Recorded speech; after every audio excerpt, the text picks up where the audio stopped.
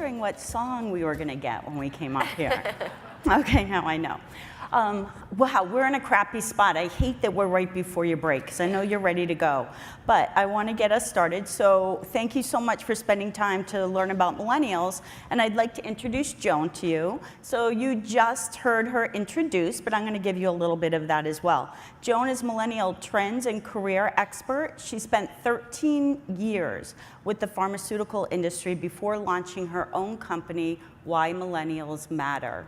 She also is the co-author of 2 books, Peter Drucker's 5 Most Important Questions and First Global Generations. She also serves on the advisory board for Cosmopolitan in their Millennial Advisory Committee. And I'm thrilled to be here with Pam Bonnell. Pam is the Director for Talent Development for Barnes & Noble College, and she has been a leader in employee engagement and talent development for 2 decades, the majority of the time being with Barnes & Noble College. And Pam really focuses on building the bench and ensuring that the employees at Barnes & Noble College feel inspired to grow their career and to ignite their passion. Okay, Barnes & Noble College. Why are we here to speak to you about millennials? Because I think a lot of you are wondering who we are today. I've been asked if we are really an online learning resource for you. Aren't we that big store that you can stop in and have a great cup of coffee? Please continue to do that. But we do is we manage the bookstores on 725 college campuses. So we're able to interact with 5 million millennial students. We employ 10,000 of them in our bookstores. So we're able to talk to millennials as both our consumer, as in our employer, as an employee every day. That makes us, and we're very proud to be, a millennial employer of choice. But not only are we a place that they can come and get the textbook or the sweatshirt, the Columbia wear that we have. They're able to get all of that, but we also provide a support system for them. So we give them social and academic support to be successful in what they do every day. We also ask for their feedback constantly. And if any of you know millennials, you know they're always happy to tell us, right? Yeah. I have 2 at home. They always want to tell you what we can do better, and that's awesome because then we're able to integrate that into our learning and development programs, and we're also able to integrate that into the initiatives that we offer in the bookstore to make us more effective with them. Why is that important to all of us, though, as HR professionals? In 5 years, 50% of the workforce will be made up of millennials. That's staggering. It's huge. So it's really important that we take some time to focus on that. For us at Barnes & Noble College, when you look at the right-hand side of this slide, you'll see that right now today, we employ 77% of millennials. I should say that backwards. 77% of our workforce is made up of millennials. That's huge. Now, even more staggering is 60% of our supervisors, our store managers, and our field managers are millennials. So it was really important for us to really understand them and engage with them quickly, and thus our partnership with Joan was born. So it's no secret that I'm a millennial champion. My company's called Why Millennials Matter. But I think it's important at a forum like this to make sure that we're all on the same page as to who they are. First, we define them as being born between 1980 and 1997. So that means that they are 18 to 34 years old. So they're in college, they're in graduate school, and they're in your workforce in their 20s and early 30s. So that also means that they could be parents. They could already be managers and leaders in your organization. They're not just interns and entry-level employees. And they're most certainly not the myth and the stereotype of being a teenager in the backseat of your car playing on their phone. What we know about millennials is that they are the most diverse generation. 41% identify with a race or ethnicity that's non-white. I see them as being the most tolerant, which means that when they show up at work, they expect both their workplace, their leadership, and their customers to reflect that diversity too. They are the most educated, 61% having attended college. And of course, they're the largest generation, 80 million in the US alone. You know, poor Gen X is America's neglected middle child in the middle between the baby boomers and the millennials that we spent all this time talking about. You can see at the bottom of this slide, we talk a little bit about their expectations at work, that it's a means to an end, that what they really want to do is have an impact in the world, and personal fulfillment is something I'm going to talk more about in a moment. Their leadership style is already showing up as open, transparent, inclusive. And so again, that is either pioneered through their own expectations of what the world should look like, or what they're demanding of you.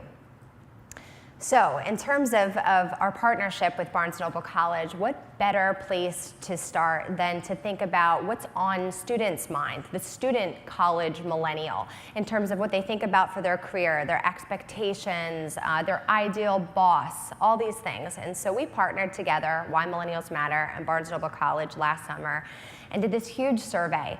Over 3,000 students. We went to 4-year schools and 2-year schools, 44 states. We talked to schools and students in rural geographies, urban geographies, and the results were staggering. 17,000 open-ended responses. So take a moment and think of a college student that you know, and imagine them spending paragraphs and paragraphs, or writing paragraphs and paragraphs of feedback and giving that type of input because they were so passionate about sharing what was on their mind when it came to their career. So what we found was some really exciting insights that were really positive, but there are some things that serve as challenges as well to this group. The first thing that I want to start with is, how do they define success? It's not what you think, and it's definitely not what reality TV is telling you. Personal fulfillment was their #1 indicator for success. That means that making a difference and giving back and feeling that your contribution matters trumps money, power, and title. The other piece, though, that we saw as an opportunity to help them is that there was a real challenge in their college to career roadmap. They really needed to accelerate their preparation. So the good news is that when I talk to global recruiters and employers that sometimes are passing over recent grads, they're telling me, this is what I want. I want strong communication skills, project management, time management, demonstrate initiative and good judgment. Students know this. Students know that those are the skills that you want to be your future leader. But the problem is that they don't feel confident in the skills that they have right now, those specific skills I just named. If 2/3 of students are concerned about having the necessary skills to perform on the job, a lot of times they're prepared to ace the interview, but not to excel and advance in that role. The bottom part of this slide just talks about the fact that they're not using all the resources available to them, from career inventories to employer information sessions, their own career center. Certainly business schools, having traveled across the country, working with a lot of different schools, business schools I think are real focused on the career readiness. But what about the rest of the student body that really doesn't know exactly how to find and develop these skills? And that's the opportunity at hand. So we received all of this feedback, and we thought, we have a lot of work to do. And we have a great opportunity because we have so much interaction with millennials to put this to work. Of course, there's a gap between the skill sets that they have and what we're looking for with employers. And although we're speaking about millennials, I will say every generation has had that gap.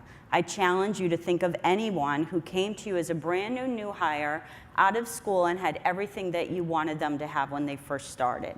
So like everyone, we want to be able to give them the skills that we need. There's no doubt 50% of our talent pool or of our employees will be made up of millennials in 5 years. They're a huge piece of our talent pool. So what do we need to do? We needed to figure out what and how do they define success? What would make them feel more confident? And then we needed to figure out what motivates them, because we wanted to make sure if we spent all this time bringing them on board that we didn't lose them. So what can we do to get everybody up to the same speed? As all of us are looking to retain the best talent we possibly can, it's an important topic for us all.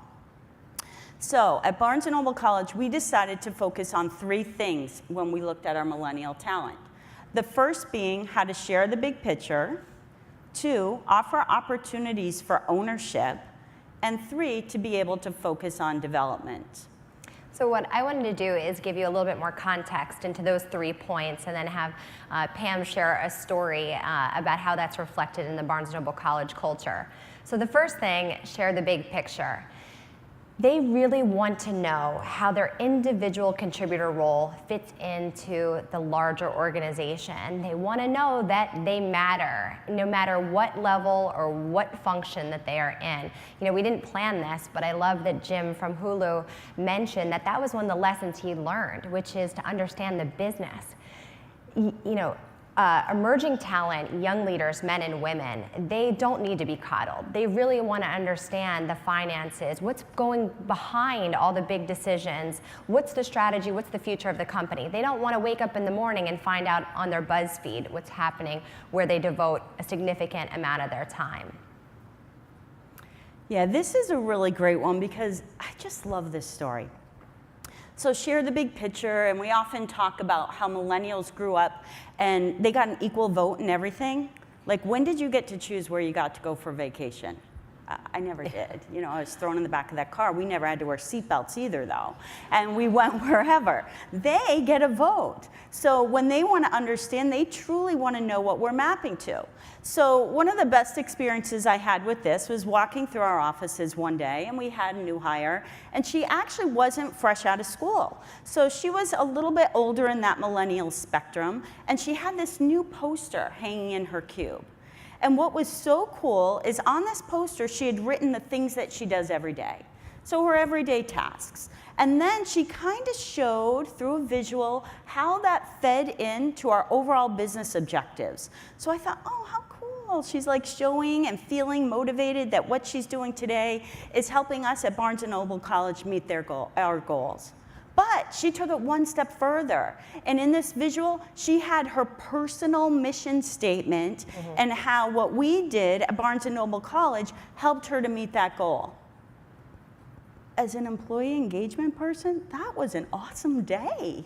Yeah. Like, that was fabulous. So it's something that we realize is so very important. If we don't do it, if we don't do it, they're going to do it for themselves, but why don't we do it for them? So we continue to make sure we share that message, that we let them know what's happening, and that we let them know what they're doing and working on is impacting our success. The additional point that I want to add to share the big picture is we talked about how millennials will be 50% of the workforce in a couple years. Well, coinciding with that is 30 to 40% of the baby boomer generation will be leaving the workforce. And baked into that is the delaying of retirement due to financial reasons, healthcare reasons, all that. So think about the fact that right now is the time to get generations together, to share knowledge and experience and ideas and help them really understand the history and the mission of the organization. The second point, offer opportunities for ownership. This is a group that actually is hungry for accountability. They want to experiment with their ideas. They needed a platform to start to grow that leadership. And even thinking about my point about the boomer brain drain leaving the workforce, this is an opportunity for young emerging talent to really experiment with new ideas. That's how you unlock innovation. I actually was thinking about this when Scott from Columbia was talking about volunteer programs. You know, the business of doing good is critical to millennials. And young men and women, there's an opportunity for them to not just take ownership within the responsibilities that are in their job description, within your silo, but also to take on other projects that really make sense for the values and the mission of your organization. Okay, so this was a big one for us because, as I shared with you, we employ so many millennials. Of course they want to own things because they always think they know the best way to do something, right? But what we have found out is a lot of times they do. So what we did was take that that learning and immediately implement it into one of our programs, which is called the Bestseller Management Development Program. You see something up there. So what that does is offer an opportunity for either college students, or if you're working in our store and you're not part of the college base, that's fine. You can join our management development program and learn about becoming a retail leader. But what we did is we had great learning plans in there, and we had e-learning tests and things to read and all that kind of fun stuff to create a learning path, but we didn't really give them any actual opportunity to own a process. So we learn this information, we make some changes to the program, and then we implement a quarterly call with these bestsellers, we call them, and ask them to give us some feedback. Okay, so this is pretty low tech. This is a conference call. They get on from wherever they are, and we say, hey, what are you working on? Well, they're not a shy group. And they were really excited to share with us about how they either took ownership for online orders in their back room, or hiring the rush booksellers that we bring in for our peak times, and how they really felt like they were responsible for training that person, scheduling them, and sharing that success or even the challenges that they had with their peers. So here was a hidden piece that came to that, is not only did we have this interaction on the call and they were able to share it and feel great ownership, and obviously we could share those success stories through our portal and our intranet, but they took that a step further. As we have already shared, they're very engaged in social media. They started on their own Facebook pages talking about what they were doing, or texting each other, or calling later to say, hey, I tried this. It didn't really work. How does it work for you? But they felt an immediate sense of ownership within their store, and then they also realized that that one tiny little store in North Texas might be small, but it's part of a much larger organization, and they could have an impact on what we were doing in those other areas. So we have found retention in that program to double over the year as well. It's been amazing. Yeah, it's really extraordinary. If you think about 725 college campus bookstores, 700 locations, and having that type of synergy and culture. This last piece, the third part, is my favorite to talk about, which is the focus on development. And I heard this echoed in this morning's comments as well. So young men and women, early talent, they are craving the opportunity to develop those skills that I talked about earlier. I'll share what I know and what I see. So what I know is this. I was a leader in training and development for global pharmaceutical companies, and I know that a lot of times our budget for training and development can be spent on executives, senior leadership. Very rarely do we see the dollars shifted to young talent, early talent, onboarding them. Your internship programs are sometimes the first thing to be eliminated when changes happen at the larger level. But here's the opportunity. The appreciation of what comes from young people today is tremendous. There's a huge multiplier effect. When I advise executives and leaders that make the decision about budget, and the first thing they always say is, why waste our money on young people today? They're gonna walk out the door anyway, some of them in less than 6 months or 2 years. Here's truly what I believe and what I know. Number one, if you invest in them and put your dollars in developing them, there's a higher likelihood that they're going to stay, that they're going to be engaged and productive. If you want to work on employee engagement, engage them, empower them. The second thing is, if they do walk out the door, and Pam's going to share some statistics about this, if they do walk out the door and you treated them right and you invested in them, they're your best brand ambassador. Your best customer is not the external one, it's the internal one, especially with this generation that's not scared to share their opinion, positive or negative. The other thing that's really cool that I've seen through our survey results and our insights is that when we ask students about their expectation of benefits that organizations can provide them with, very close to the top was professional training and development. This is a whole rewards remix.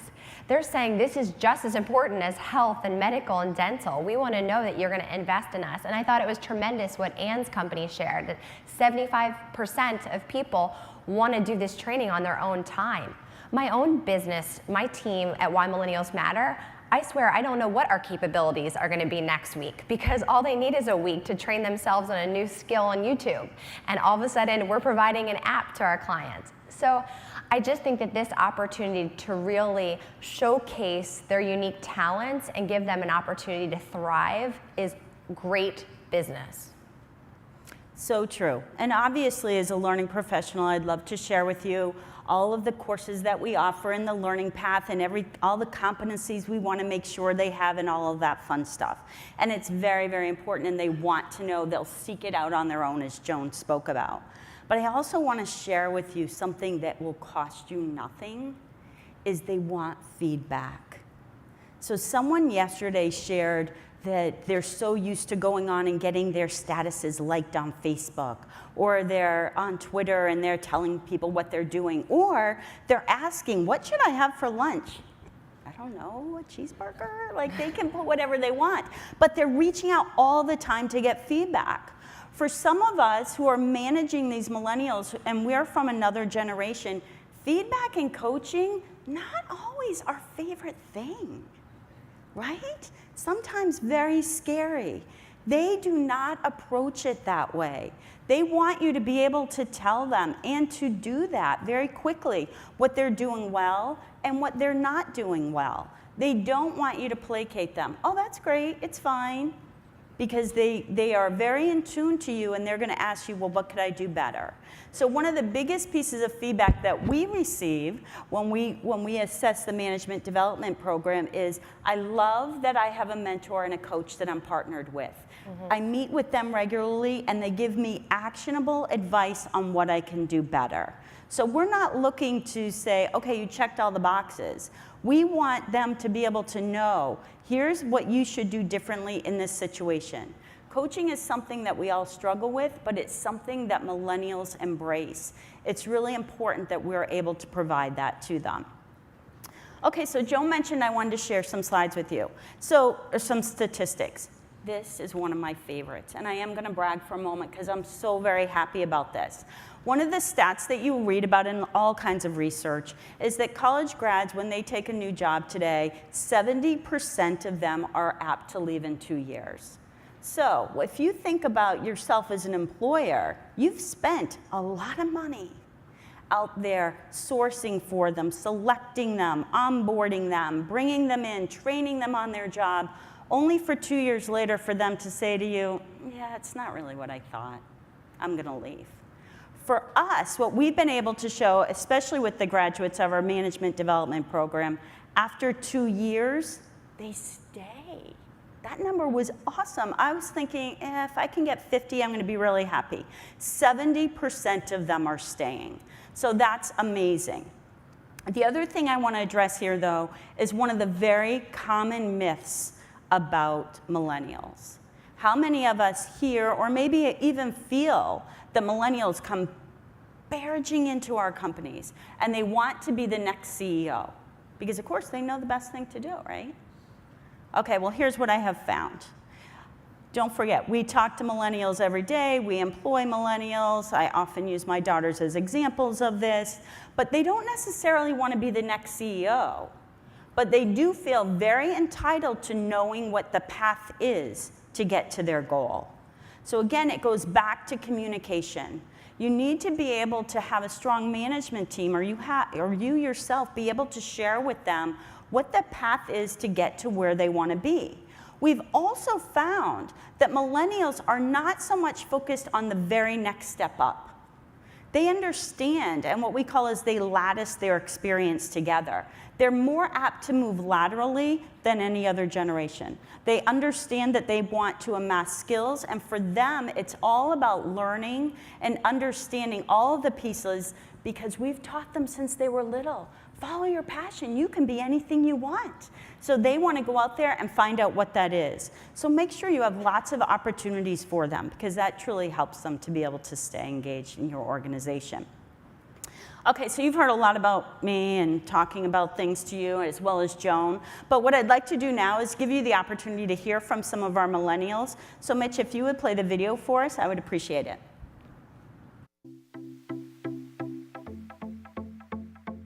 I absolutely love working here.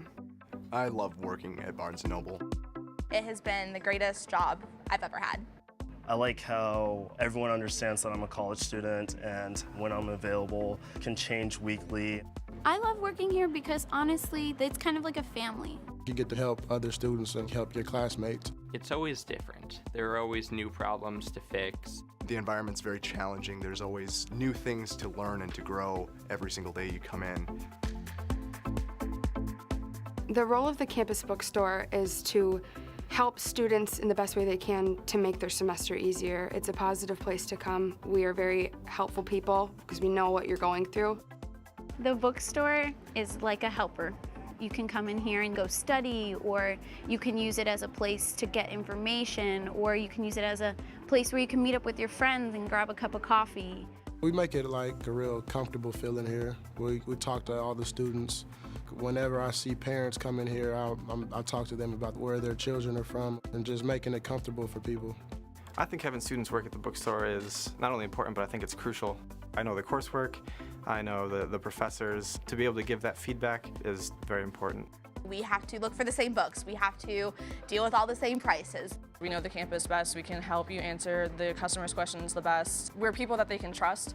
We have their best interests in heart because we are students ourselves, so we know what it is to be here and to be in college. I can really talk to the customer as a student first and then a bookstore worker second. So there's more trusting and sincerity. I think everyone still wants that personal touch when it comes to the bookstore. Because as much and as easy as it is to just order it online, you don't get that personal effect of that person who maybe made your day a little better, maybe made your class a little easier by giving you advice. I feel as though everyone at some point in their life should have to work a retail job because it teaches you about how to be patient, how to be calm, how to be able to work people's frustrations into something beneficial for both people. Working at the UCF bookstore has provided me with a mean of responsibility. It has provided just great lessons, especially in the financial department for me. As a college student, you want the best things on your resume that you can, and getting into a company like Barnes & Noble is a great opportunity. This was actually my first official job. I know a lot of places, if you don't have experience, they won't take you. And here I am, I'm textbook supervisor now. That's a great opportunity for students. Only Barnes & Noble has everything you need to succeed in college. Only Barnes & Noble can be as personal with books and customer service. Only Barnes & Noble is genuinely keeping up with the times. Only Barnes & Noble has the school spirit that you're looking for. Only Barnes & Noble can employ students, empower them, and create a motivational workspace for a successful future. Only Barnes & Noble gives you the tool set to succeed to your fullest. We are a resource. We are an ally. We are a support system. We are a guide. We are experts. We are a friend.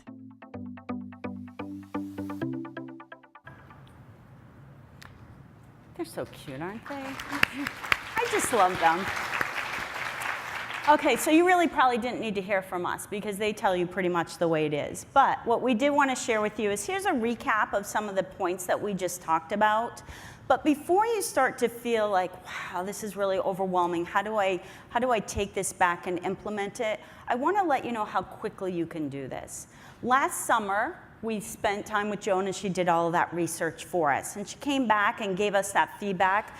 And then throughout the summer, we were able to make some changes. And what we did with our students in the stores, what we were able to do with learning programs and all that fun stuff. In the fall, we were able to meet with our leadership team and share, here are the results, here's what we got from the survey feedback, here's what we've done, here are things going. In the spring, we then brought all of that information to all of our store managers, and we very much focused on how do you take this to our millennial consumer? What are we going to do in our stores to provide that support system? What are we going to do to make sure everybody's feeling successful and that they have the skills they need to move on? In October, we then met with our regional managers and shared, okay, we want to focus on what we were calling inspiring talent.